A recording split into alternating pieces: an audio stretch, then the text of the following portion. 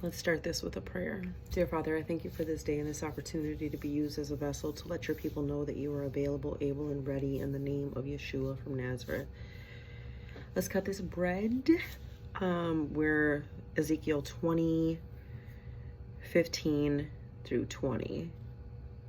The Most High said, I made another promise to those people in the desert. I promised that I would not bring them into a land I was giving them. That was a good land filled with many good things. It was the most beautiful of all countries. The people of Israel refused to obey my rules or to follow my laws. They treated my days of rest as if they were not important. They did all these things because their hearts belonged to their filthy idols, but I felt sorry for them. So I did not destroy them. I did not completely destroy them in the desert. I spoke to their children and told them, don't be like your parents. Don't make yourselves filthy with their filthy idols. Don't follow their laws and obey their commands. I am the Lord. I am your God. Obey my laws and keep my commands. Do the things I tell you. Show that my days of rest are important to you. Remember that they are a special... Audrey, patient call 702. Audrey, 702. We're just gonna have to hear that.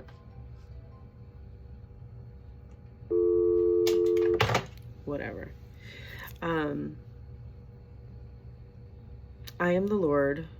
I am your God. Obey my laws and keep my commands. Do the things I tell you. Show that my days of rest are important to you. Remember that you are a special sign between us, that they are a special sign between us. I am the Lord, and these days show you that I am your God. Yesterday when I was reading this, it was literally like, dang, they don't listen. And I get it. My kids don't listen. I don't listen. The Most High will be specific and direct with what he's telling me to do. And I'll be like, oh no, God, I'm gonna come back. I can see it from both sides. Like, I see the perspective of the Most High being like, look, when you was out there crying and you was going through what you was going through, I heard you. I heard your parents. And then I bring you to this land. Like, I got to bring you into the desert to, like, man, have it all shake off before I move you to this most beautiful country. And just so you know, this is the easy to read version of the Bible. He said, but the people of Israel still refuse to obey me. How many times, listen, I'm going to talk about me because I know me better than anybody else. So how many times has the Most High been like, Tanya, focus on me? I can tell you right now, in 2014, he had my aunt call me, and my aunt was like, listen, if you don't get it together, you're going to be in the wilderness longer than you need to. And I was like, what? This was right before my accident. This was me still doing whatever I wanted to do. I had started a blog. It was called Are Your Ears Clean? And I was kind of like journaling through a depression. And then I stopped.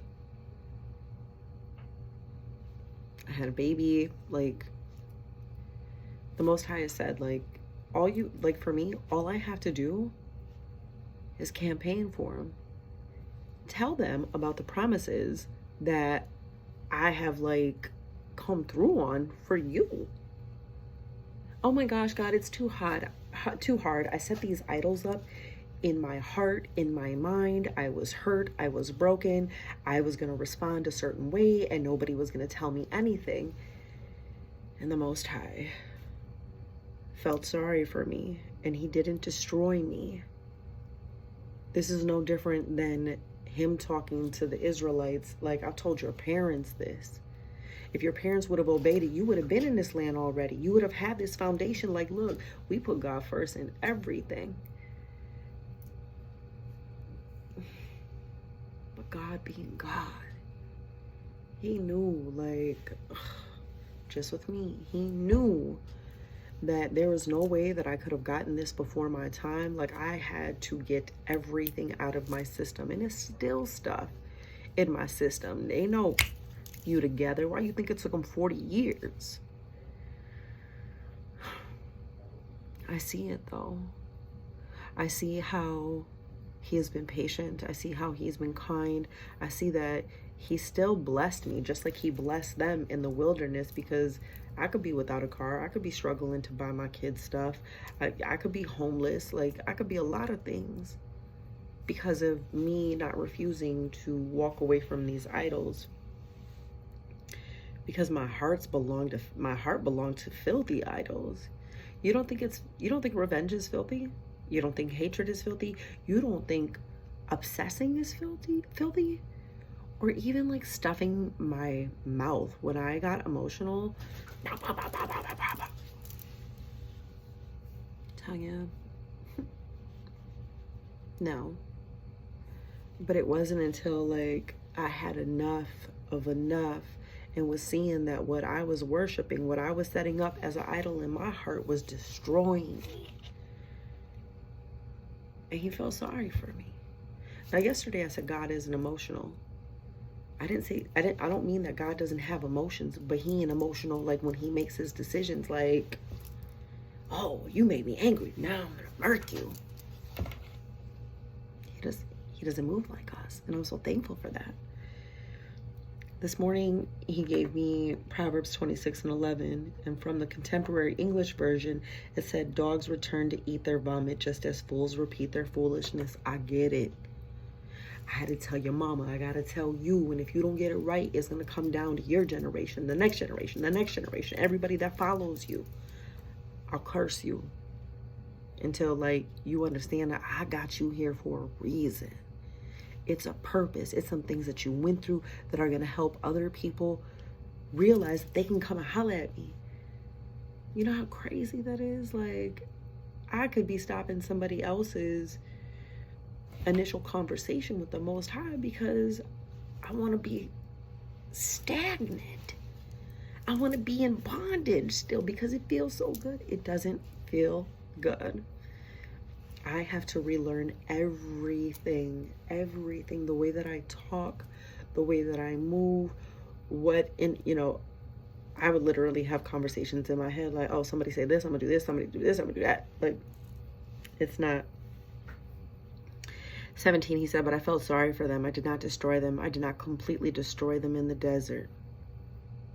I was already at bare minimum. The Israelites were already bare minimum, and I could have been destroyed. It could be something so small that could take me out, but he didn't do that. Because he's not emotional like us. And he's more logical, like, my name is more important than anything, and ain't nobody ever going to call me a liar. God, I feel that. I spoke to their children and told them, don't be like your parents. Don't make yourself filthy with their filthy idols. Don't allow their laws, or don't follow their laws or obey their commands. If we don't rectify things in one generation, it's going to be passed on to the next generation because we'll be taught this. I was taught that you don't show emotions, you don't let nobody in, and you don't wait for nobody to get it. You go get it yourself. Quitting is not an option. You know how many times I was tired? You know how many times, like, I wish I could have just been vulnerable and been like, I need help. But my pride, boy, that pride. I don't need nobody for nothing. I ain't even gonna ask God. For what? Like, he literally is everything. Do all the things I tell you. He said, I am the Lord. I am your God. Obey my laws and keep my commands. Do the things I tell you. Show that my days of rest are important to you. And that is like essential because you need a break. God knows you need a break. So these Sabbath days, take them as that rest time. Be with your family. Acknowledge the Most High. Like, thank you for giving me this opportunity to do this. Recharge, rejuvenate, be restored by you. Like, this is special. Like, I'm not moving like everybody else. Because, people be pressed like, oh, I got to work on Saturday because I got to make this overtime. Listen, if the Most High told me that I need to chill out and rest and acknowledge him on these days, then that's what I'm going to do. But, Yeshua never stopped working. So it's not like his work is different from my work. I need to take a breath from my work and observe what he's doing. Cares that much to think about me like, nah, pump your brakes, pumpkin, you're doing too much. Spend some time with me. Remember, they are a special sign between us. I am the Lord, and these days show that I am your God. Really? It's not too much. I know it seems like a lot, and I think religion has probably done its fair share of, finessing people into being like, you got to be like this, you got to do. The Most High wants to have a relationship with you.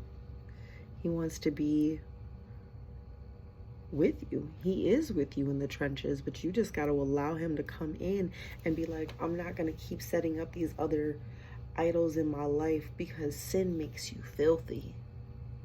My anger, my mindset with like negativity and like wishing bad on people. And I kept my circle small, but if I let you in and you hurt me, like, oh my gosh, I hope you die. Instead of praying for people.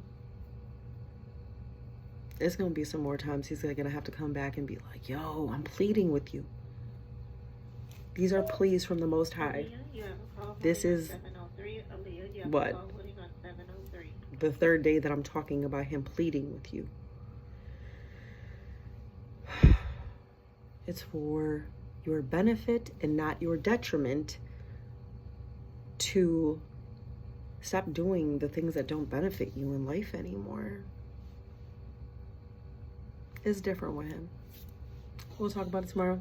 Holla at the